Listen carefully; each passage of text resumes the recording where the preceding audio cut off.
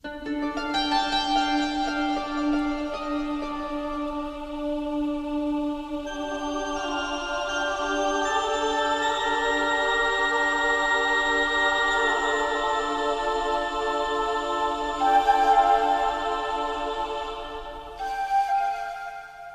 is up, guys, and welcome back to the channel. I can't believe it, but Shadow of the Colossus is over. I have completed it on normal, and I saw a few comments from you guys asking for my thoughts on the game.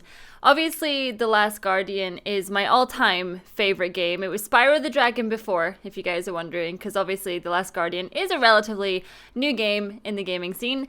And so obviously you've got games like Ico, and you have Shadow of the Colossus and The Last Guardian. And a lot of people were saying to me after I completed The Last Guardian to obviously go straight and play Shadow of the Colossus, but they then went on to say that they were remaking it for the PS4. So I decided to wait, and I have finally played it, finished it, loved it. Absolutely love Shadow of the Colossus. And I just wanted to give my personal review on, how I feel about the game, what I expected from the game, and to be honest with you, it really didn't disappoint me at all. So in Shadow of the Colossus, there is a boy and a girl and a horse. And that is pretty much our main characters in the game. You play as the boy who is defeating all of these Colossus in the hopes that he is going to bring the woman back to life. Now, we don't know if the woman is a sister, a girlfriend, a cousin, who knows? We have no idea what the relationship is between the boy and the girl. But all we know is it's typical boy meets girl. He obviously wants to resurrect her, and he goes to this place, and basically he makes a deal with these weird voices to take down the Colossus in order to revive her. Now, this is a relatively old game. I'm going to just come out and say it now that this video will contain spoilers. So if you have never played Shadow of the Colossus before, I would recommend don't watch this video, because I'm going to be talking about the ending and my thoughts on the ending and things like that. So yeah, be warned, okay? So there's 16 Colossus in total. It's like a tongue twister trying to say Colossus, and I don't know why, I always struggled in my playthrough. And you go one after the other and take them down. It is very puzzly. It's not that it's difficult in any way. It's more just about managing your stamina and making sure that you can hold on for dear life, and making sure that obviously you can stab when you need to stab. And it all sounds a little bit weird if you haven't played the game, I know. But yeah, it is a relatively easy game. Now, for me, I played it on normal, and I have looked up the differences between normal and hard. And on the harder difficulty, there's more spots on the Colossus that you need to attack. So obviously it makes the battles a little bit longer. And as I say, you're probably going to want to do up the stamina in order to take down a lot of the Colossus on hard. For me personally, I didn't even really have to upgrade my stamina or my health, and the only time I really struggled was on the final boss. As you guys saw, I was running out of stamina on the hand section, and I was getting extremely frustrated at that point, but I got there in the end. So it's relatively easy to just go from one Colossus to another and just keep on going like that. There was a little bit of criticism I noticed from people who were saying that, you've got this vast lands, and it's kind of a wasted opportunity where they could have added in some extra things to do. Now, I haven't fully explored every inch of the map. That would just be impossible to do given the time frame that I had, but it is something that I want to go back and do just to see if there's any other secrets, because I managed to find a Last Guardian Easter egg, secret, whatever you want to call it. You actually got a trophy for finding it too, and you come across Trico's barrel that you would feed to Trico in The Last Guardian, and you get a trophy for finding it, and obviously it's surrounded by the blue butterflies and things like that. So it was for me personally, it was a very exciting Easter egg to find, because I absolutely adored that game. Apparently as well, there was an Ico Easter egg, but I've only played the first hour of Ico, which was on my Classic Friday series, and I don't know what I would be looking for in regards to an Ico Easter egg. So if there is an Ico Easter egg, maybe you guys can let me know where and what it was in my comment section so that I could go out and find it. And hopefully it's not like a big spoiler or anything like that, because after this. I'm hoping anyway that Shadow of the Colossus is going to sell high enough that potentially we could get Ico remade, because that's the only one I haven't played out of the 3 of them now. And as I say, I've been reading the book up on all 3 of the games, and all of them are just fantastic. Oh, so good. Whether or not they connect in any way, who knows?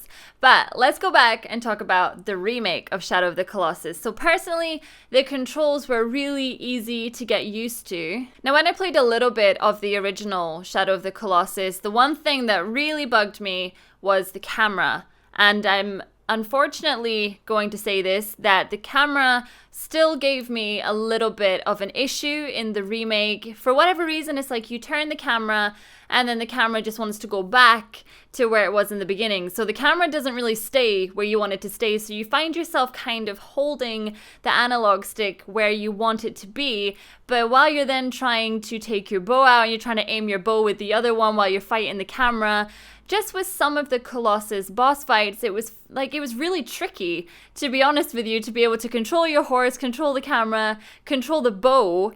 And I just felt like little things like that, they could have maybe brushed up on that a little bit more. Maybe have it that your horse continuously runs without me having to worry about that. And just keep the camera where I wanted it to be, rather than it swinging back round all the time. You know, most games have a button nowadays where if you want the camera to go back behind your character, you press another button and there you go. So that was a little bit tricky given some of the situations you found yourself in Shadow of the Colossus. So let's talk about the ending of the game. Oh my gosh. I didn't see this coming at all, and I should have, given that the other games tend to talk about a lot of tragic things and a lot of tragedy happens in these kind of games. So it was kind of unexpected, but I should have expected it. So yeah, let's talk about the ending. As I say, if you haven't finished this game, don't watch from here on. I really don't want to spoil it for anyone. But the scene with the horse, oh my gosh. So obviously Arrow, whatever you want to call the horse, because I know that was triggering so many people, runs across the bridge falls, the horse falls, and it was just devastating. It's like you're going on this journey with this horse, this is your only companion in the game, and you watch it fall, and you think that that is it. And honestly, after that, I didn't even want to fight the last Colossus, because I just thought, yeah, I'm done with this game. Like, that was far too tragic for me. I can't deal with this anymore. But then at the end, to see the horse come back, even though he was limping and it was such a shame, but she comes back in the end and she's all good. And yeah, just to see the girl wake up as well was lovely. But the whole thing was just so tragic, to the point that the boy was being used the entire time to then turn into the most powerful Colossus. So regardless, it's like he was being used, even though he had the best of intentions, so that the girl would wake up. And it was so much to take in that I found myself just wanting to cry, because I just couldn't believe that someone just went on this journey to then have this happen to them, to get stabbed in the chest. Oh, it did things to me. And I just thought, like, I can't believe that that's how this one is ending. And again, I know I keep doing comparisons to The Last Guardian, but obviously The Last Guardian's ending was pretty tragic in itself. Yeah, I cried extremely hard at that one. And I cried extremely hard with Shadow of the Colossus as well. But what a beautiful way to end the game. And I think I will never forget that. That's the thing. It has touched me in such a way that it's like you're going to go out there to do everything you can for someone that you love. We don't know if there was really a love story between the two of them, but I'm just going to assume that if you're going to go through all that, there must be some sort of love, some bond there. But yeah, so then he turns into a baby, and then she walks out, and then obviously the bridge collapses so that nobody else can actually get back there. But we see that there's wildlife and stuff at the end, so maybe they can make a home there after all. I was just like, what is going on? Like, there's so much to take in from all of this, but it was absolutely fantastic. The story was just, I got a little bit repetitive in the middle, where it was like you take out a Colossus and then you go straight on to the next one, then you take one out, go on to the next one.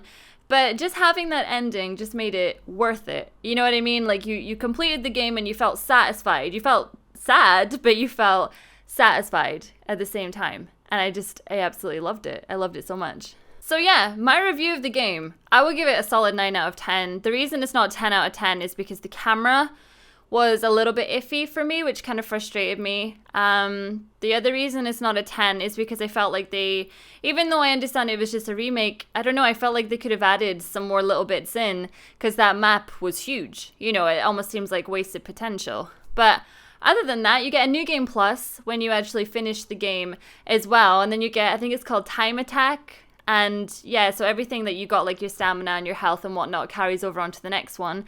And yeah, you get like timed how quickly you can take out the Colossus and things like that. So I would like to play this on hard just to see, you know, the difficulty between the Colossus from playing it on normal. But yeah, I'll probably just do that in my own time. But personally, if you've played this game already, I would say pick it up again and definitely play the remake, because I played a little bit of the PS2 version and there's just such a huge difference. I mean, this game to me really stands out in 2018, and it stands out forever, to be honest, because they don't make games like this anymore. Let's be honest here. I have never seen anything like this, and I have played a lot of games in my life and I have never seen anything like this. It's just fantastic. I can barely fault this game. That is my review on it. I think it is absolutely fantastic. If you've played it, play it again, and if you haven't played it, play it. Play. I'm not even making any sense anymore. My English has gone terrible like usual. But yeah, that is my review on the game. I absolutely adored it. It's gonna go up there as one of my all-time favorite games. It's amazing. Play it.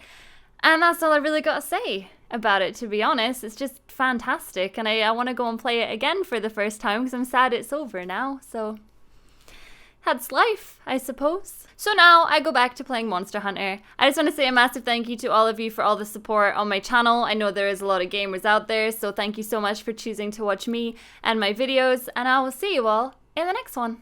Bye.